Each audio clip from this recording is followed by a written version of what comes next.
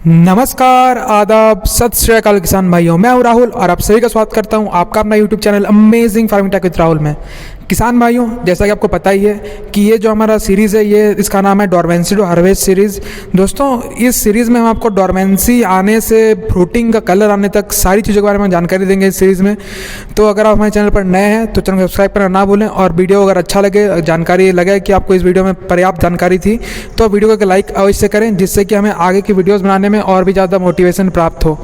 तो चलिए किसान भाइयों, देरी न करते हुए इस वीडियो को शुरू करते हैं। किसान भाइयों, आज का जो हमारा वीडियो है ये फर्टिलाइज़र मैनेजमेंट से डेडिकेटेड वीडियो है, यानी कि हमारी फ्लावरिंग आने से पहले हमें कौन कौन से खाद को देना है हमारे सेब के पौधों में, इस बारे में आज जानकारी होगी। हालांकि हमने पिछले वीडियो में इस बारे में पूरी जानकारी दे दी है कि एक सेब के पौधे को कितना पर्याप्त मात्रा में फर्टिलाइज़र, माइक्रोन्यूट्रिएंट्स की ज़रूरत होती है। अगर आपने वो वीडियो नहीं देखा तो ज़रूर इस वीडियो को जाके देखें, क्योंकि उसमें काफ़ी सारी बातें, महत्वपूर्ण बातें बताई गई हैं, जो कि आपको किसी भी, अगर आप फलदार पौधे या किसी भी खेती करना चाहते हैं तो आपको एक पर्याप्त ओवरऑल जानकारी होनी ही चाहिए इस बारे में।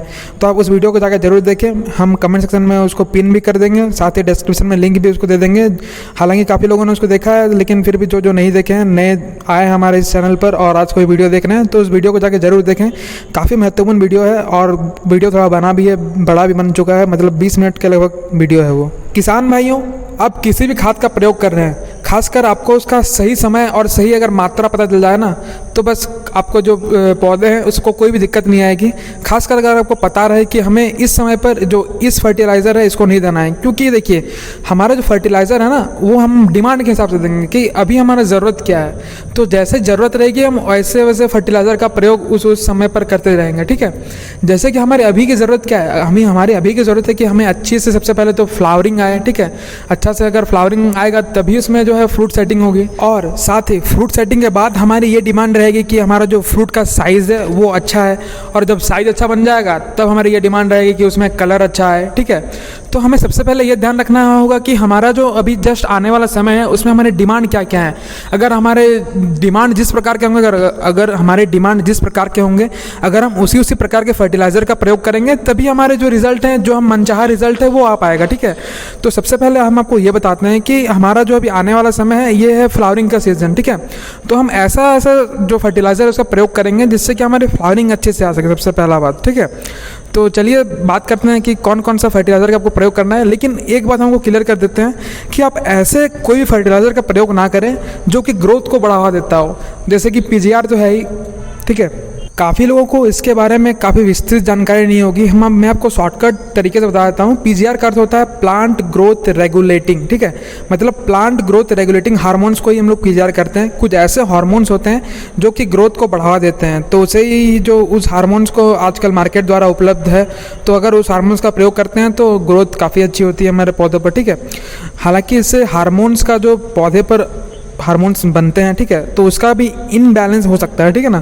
तो आप जब भी आप पीजीआर का प्रयोग करते हैं तो सही मात्रा आपको पता होना चाहिए, तभी आप प्रयोग करें। तो पीजीआर के बारे में किसी अन्य विषय में बात करेंगे, चर्चा करेंगे, ठीक है। अगर आपने भी काफ़ी सारे वीडियो हो सकता है देखा होगा या नहीं देखा होगा, अगर नहीं समझ में आता है तब हमें कमेंट करें, हम आपको इस वीडियो के बारे में भी जो डिटेल्ड वीडियो है वो ज़रूर बना के देंगे, ताकि आपको एक आसान भाषा में समझाया जा सके और कंप्लीट जानकारी भी आपको उपलब्ध कराया जा सके। तो किसान भाइयों, जब भी हम एक पौधे में, एक फलदार पौधे में फर्टिलाइजर्स की बात करते हैं, सबसे पहले दिमाग में आता है नाइट्रोजन, पोटेशियम, फॉस्फोरस। तो इन तीनों में सबसे पहला जो न्यूट्रिएंट्स का हमने नाम लिया वो है नाइट्रोजन, ठीक है। देखिए, नाइट्रोजन का आपको प्रयोग नहीं करना है, क्योंकि हमने क्या किया है, हमने सालों भर नाइट्रोजन का प्रयोग किया। और अगर आप पिछले वीडियो देखे होंगे तो आपको और भी ज़्यादा क्लियर हो चुका होगा कि नाइट्रोजन हमारे प्रकृति में भी पर्याप्त मात्रा में उपलब्ध है।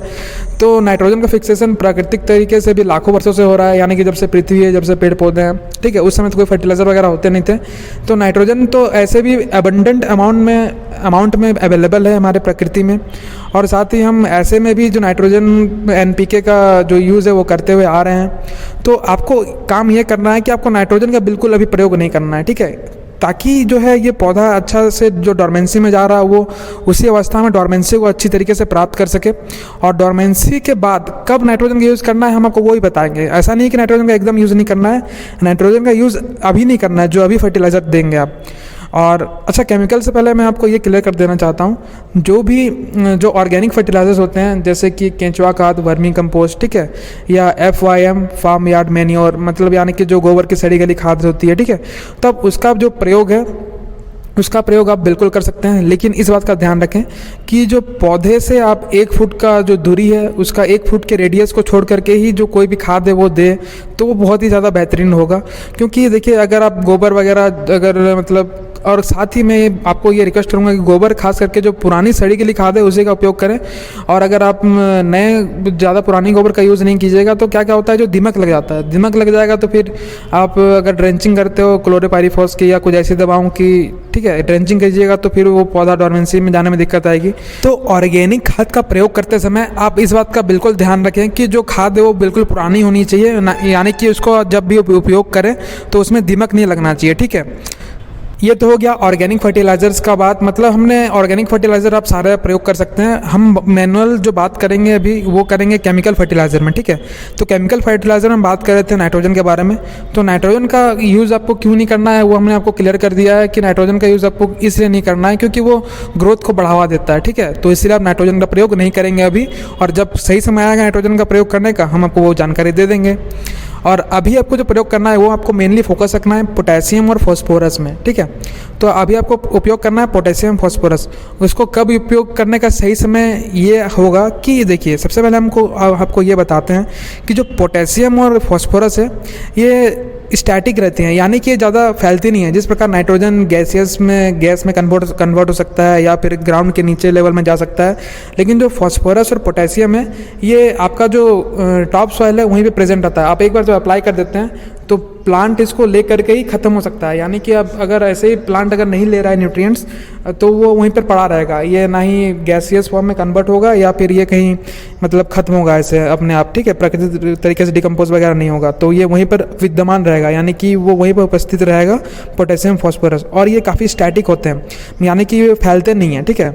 तो आपको क्या करना है कि 45 दिन पहले आपको जो पोटेशियम और फॉस्फोरस का जो केमिकल फर्टिलाइज़र है इसका उपयोग कर लेना है, क्योंकि ये 45 डेज लेते हैं लीच आउट होने के लिए। ये तो बहुत ज़्यादा तो फैलेंगे नहीं, लेकिन जो थोड़ा बहुत फैलना होगा, मिट्टी में मिलना होगा, तो इसके लिए ये 45 डेज लेते हैं।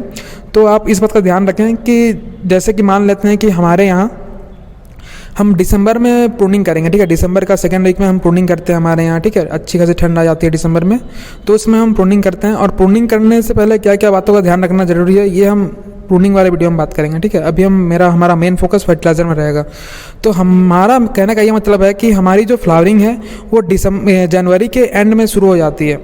तो जनवरी के एंड में शुरू हो जाती है, यानी कि हमारे जनवरी का पूरा महीना अगर पकड़ लें तो 30 दिन उधर चल गया और इधर 15 दिन, यानी कि दिसंबर 15 तक हमें जो ये फर्टिलाइज़र है इसका प्रयोग कर ही लेना है। मैं अपने स्थान की बात कर रहा हूँ, आप उस प्रकार से आपके यहाँ पर आप सोच सकते हो कि आपके वहाँ पर कब ठंड खत्म होती है, तो फिर उस समय जो आपके भी एप्पल के प्लांट्स है उसमें भी फ्लावरिंग शुरू हो जाएगी।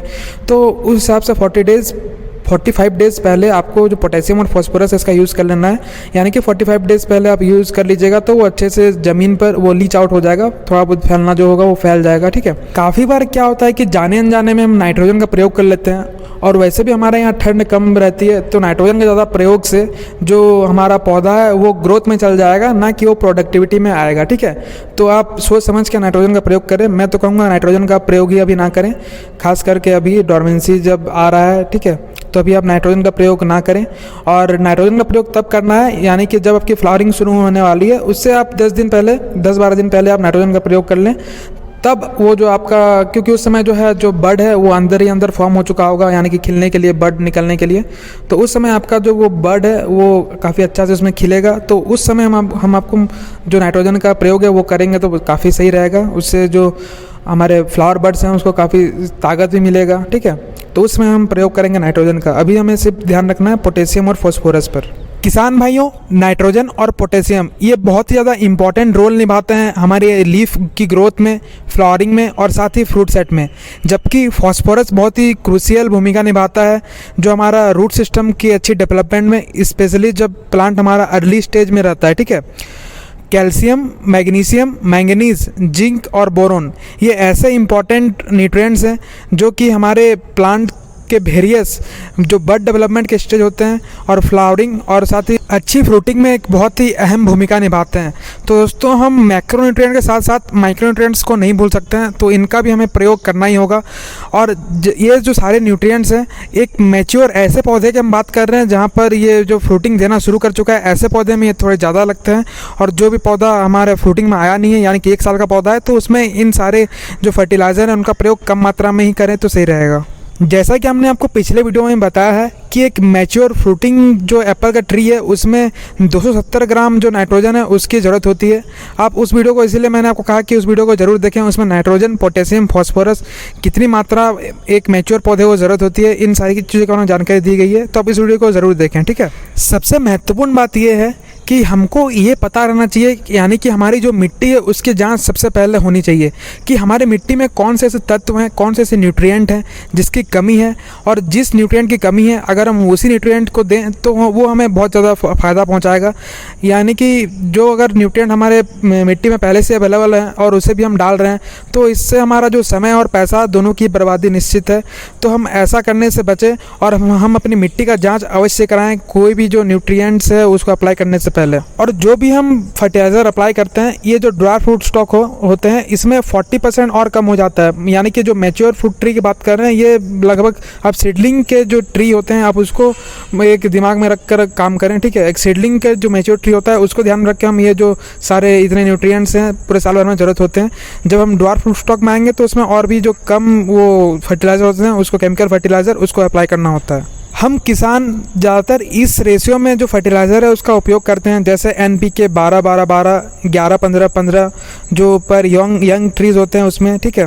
NPK 12-12-12 या 11-15-15 ये सारे मैच्योर ट्री के लिए। ज़्यादातर जो सॉइल फर्टिलाइज़र है उसको अप्लाई किया जाता है मार्च से जुलाई तक, स्पेशली तब जब फॉस्फोरस की कमी होती है। यानी कि हमें अप्लाई करना होता है NPK इस रेशियो में 0-25-0। लेकिन जब भी आप इस रेशियो में NPK को यूज़ करते हैं, यानी कि आपके जो मिट्टी है उसमें पोटेशियम की फॉस्फोरस की कमी है, तो आपको इस बात का ध्यान अवश्य रखें कि ये जो फर्टिलाइज़र है ये डायरेक्ट जो पौधे के रूट्स है उसमें कांटेक्ट में नहीं आना चाहिए। इस बात का आप ध्यान बिल्कुल रखें। जो मिट्टी का pH है आप उसको ज़रूर मापें किसी भी फर्टिलाइज़र को अप्लाई करने के लिए, ठीक है। एक अच्छा pH की आपको आवश्यकता होगी, जैसे कि कोई भी अच्छा, अगर आपका सेब का पौधा है, अच्छी फ्लावरिंग फ्रूटिंग के लिए जो pH है वो होना चाहिए 5.5 to 6.5, ठीक है। ये जो pH होता है ये सेब की खेती के लिए जो पर्याप्त माना जाता है, ठीक है। इस pH को अच्छा माना जाता है सेब की खेती में। अगर आप सेब की कमर्शियल खेती कर रहे हैं तो आपको एक काम अवश्य करना चाहिए। जुलाई से अगस्त महीने के बीच में आपको कम से कम जो 100 आपके सेब के पत्ते हैं अन्य अन्य पौधों से कलेक्ट करने चाहिए और इसको लेबोरेटरी में भेजना चाहिए, जिससे कि इसमें कौन कौन से न्यूट्रिएंट का जो ज़रूरत है या बढ़वार है इसका एनालिसिस अच्छा से किया जा पाएगा। तो आप जो लीफ एनालिसिस है वो ज़रूर करवाएं लेबोरेटरी से। जुलाई से अगस्त के बीच में आपको जो पत्ते हैं वो ले लेने हैं। किसान भाइयों, हमने आपको जो फर्टिलाइज़र मैनेजमेंट में, यानी कि कौन कौन से आपको खाद देना होता है अच्छी फ्लावरिंग आने से पहले, तो इसके बारे में जानकारी दे दी है। और जो सही समय है वो भी बता दिया है, और कौन से खाद कब देना है इसके बारे में जानकारी दे दी है। एक जानकारी जो हम आपको नहीं दे पा रहे हैं वो है कि कितना माइक्रोन्यूट्रिएंट्स आपको देना होता है एक मैच्योर सेब के पौधे में। देखिए, इसके पीछे का एक जो हमारा कारण है इसमें मुख्य कारण ये है कि हमें पता नहीं है कि आप जिस खेत में आप सेब की खेती कर रहे हैं उस खेत में कितना जो माइक्रोन्यूट्रिएंट्स है वो अवेलेबल है। तो इसीलिए हमने कहा कि आप मिट्टी की जांच करवाएं और उसका जो माइक्रोन्यूट्रिएंट्स की कमी होगी हम उसकी भरपाई करेंगे केमिकल फर्टिगेशन द्वारा। अगर जानकारी अच्छी लगी हो तो वीडियो को एक लाइक अवश्य करें और साथ ही जो अन्य हमारे किसान भाई हैं उनके साथ वीडियो को शेयर जरूर करें। जय जवान, जय किसान, जय हिंद। धन्यवाद। किसान भाइयों, नवंबर के अंत तक इन सभी फर्टिलाइज़र का प्रयोग आपके पौधे में हो जाना चाहिए, ताकि जब ये पौधे को इन सब तत्वों की ज़रूरत पड़े तो ये पौधा उन सभी को ले सके। धन्यवाद।